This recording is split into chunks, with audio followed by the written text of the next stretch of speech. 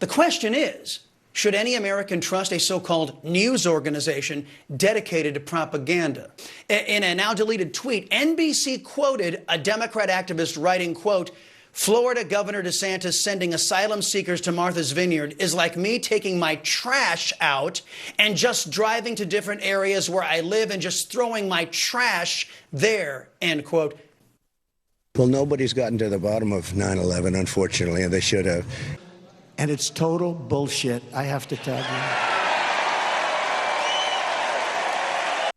I want to play some video here because at a political rally last night, Mr. Trump used a song titled after a QAnon slogan. I want to play the sound, and listeners will have to listen to the music, not necessarily what the president's saying. Listen to the background music. It would never have happened with me as your commander-in-chief, and for 4 long years, it didn't happen. And China with Taiwan is next. That is a QAnon song. Wow. QAnon has their own record label. Who knew? Don't listen to the president. Listen to the music. And these folks have the gall to call us conspiracy theorists? Sorry, CBS. You continue to invent boogeymen and look for codes and secret messages in music and in cereal boxes. I'll be over here not listening to music or QAnon. I'll just listen to Democrats' divisive, threatening, and violent rhetoric. We've got to kill and confront that movement. I yield the floor, but clearly, this is a literally call to arms in our country. If you see anybody from that cabinet in a restaurant, in a department store, at a gasoline station, you get out and you create a crowd and you push back on them. I know where I stand. I will not yield. I will not flinch. I will defend the right to vote, our democracy against all enemies, foreign and, yes, domestic. The Republican Party today is dominated, driven, and intimidated by Donald Trump and the MAGA Republicans. And that is a threat to this country. My friends, it bears pointing out that CBS has very few real journalists in their employ. Catherine Herridge is probably the only one, as far as I can tell. The rest of that organization is populated with dedicated Democrats, not dedicated journalists. CBS News infamously put out fake news about George W. Bush in an effort to throw an election in favor of their preferred party, the Socialists, in the Democrat Party. And here they are doing it again by presenting theory as facts while ignoring real, verifiable, and hard-hitting facts. The question is, should any American trust a so-called news organization dedicated to propaganda?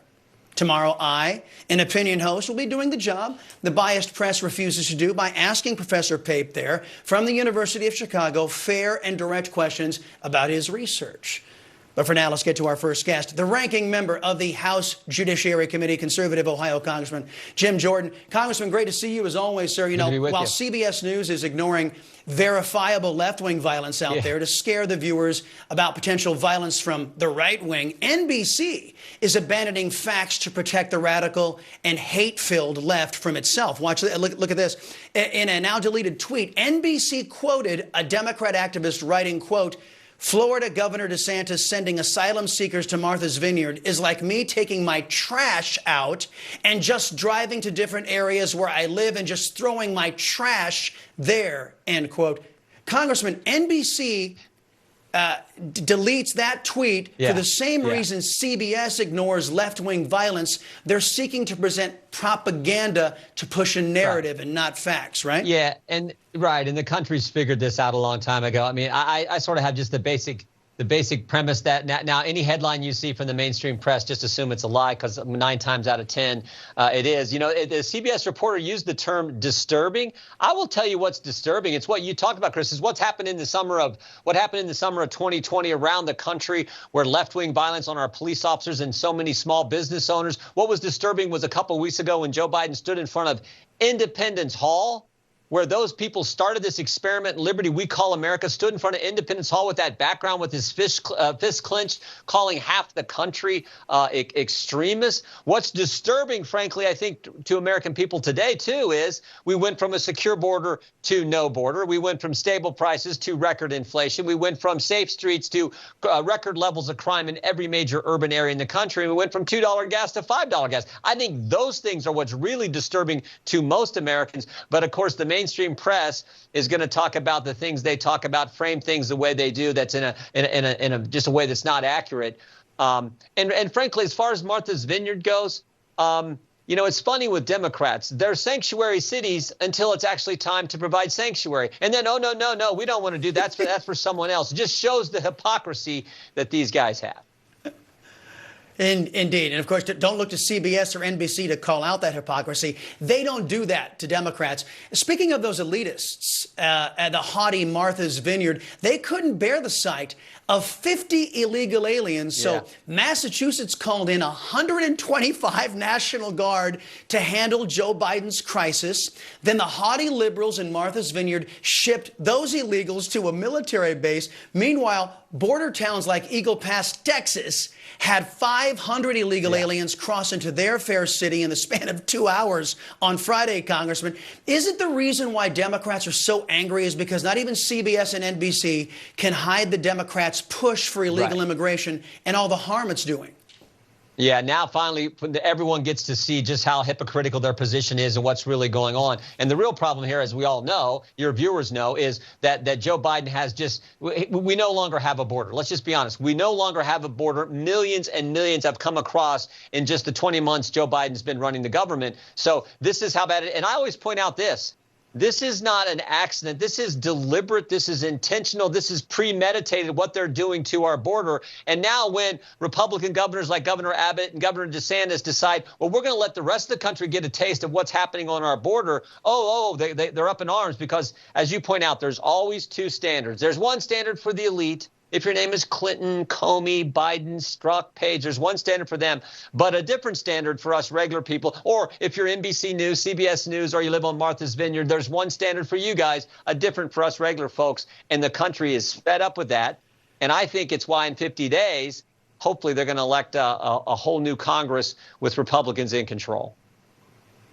Now, from your lips to God's ears. In the meantime, there's an immense amount of damage being done by this current regime in Washington. Economists are starting to sound the alarm over an executive order Joe Biden quietly signed back in March. A provision in the executive order of 14067 allows for legal government surveillance of all U.S. citizens, total control over bank accounts and purchases, and according to critics, it gives big government the ability to silence dissenting voices. Couple this with credit card companies like Visa, MasterCard, American Express working with the federal government to track our gun purchases. Altogether, this lends itself to the development of a surveillance state, Congressman. What I think the American people want to know, and certainly I do, if the GOP, with your lackluster current leadership, are they up to protecting the American people from an obvious power grab of the Democrats? Right, because we take an oath. When you get sworn in, you take an oath to uphold the Constitution. And those provisions you just talked about, they are against the First Amendment, Second Amendment. They're unconstitutional in my judgment. So, yeah, we have to do that. I think this election boils down to those four issues I talked about plus freedom, those issues of immigration, crime, inflation, and border energy prices. And then, of course, what they're doing to our liberties. So think about this. In the past 6 weeks, Joe Biden has raided the home of a former president, taken the phone of a sitting member of Congress, told half the country you're extremists, called us extremists and fascists, said to those same people, oh, by the way, I'm going to make you pay the student loan debt of the good Americans who vote Democrat. And if you don't like that, never, ever forget, I signed legislation to unleash 87,000 IRS agents to come harass you, the taxpayer, what you just talked about. So this is scary stuff. We had better be focused on that because this election's about those four big issues and freedom. That's what's on the ballot come November 8th. And again, it's why I think it's going to be a good day for Republicans.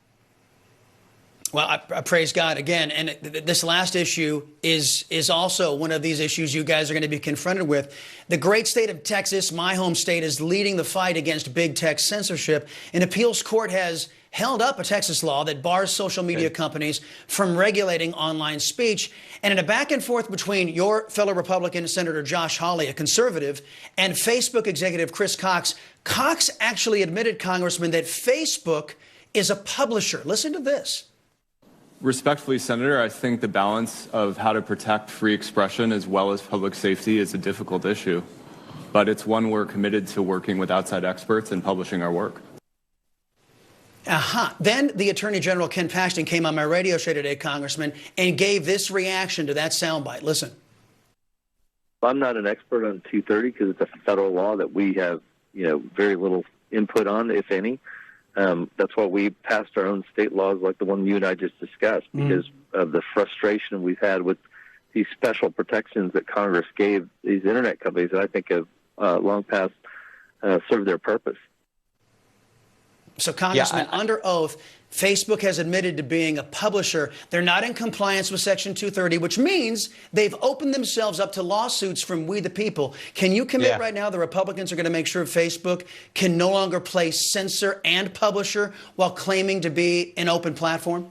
Yeah, if you're a publisher and making editorial decisions, that's the whole premise of this. So yeah, it's time to change 230, get rid of 230. We're for that. We're for more transparency. We're for getting these causes of action in front of the Supreme Court in a much more timely fashion. So we put together a blueprint which we think makes sense to respect First Amendment free speech rights and the ability that we all know now, big tech is the public square. These forums are the public square where you need robust debate, and you can't have someone like Facebook, who we now know worked with the government to keep us from hearing about the Hunter Biden story in just the weeks and days prior to the 2020 presidential election. So you can't have them making these kind of decisions. So this is something we're definitely going to look into. Conservative Congressman Jim Jordan, man, always appreciate the visit and the good work you do. Thank you, sir. Coming up this afternoon. Well, nobody's gotten to the bottom of 9/11, unfortunately, and they should have. And it's total bullshit, I have to tell you.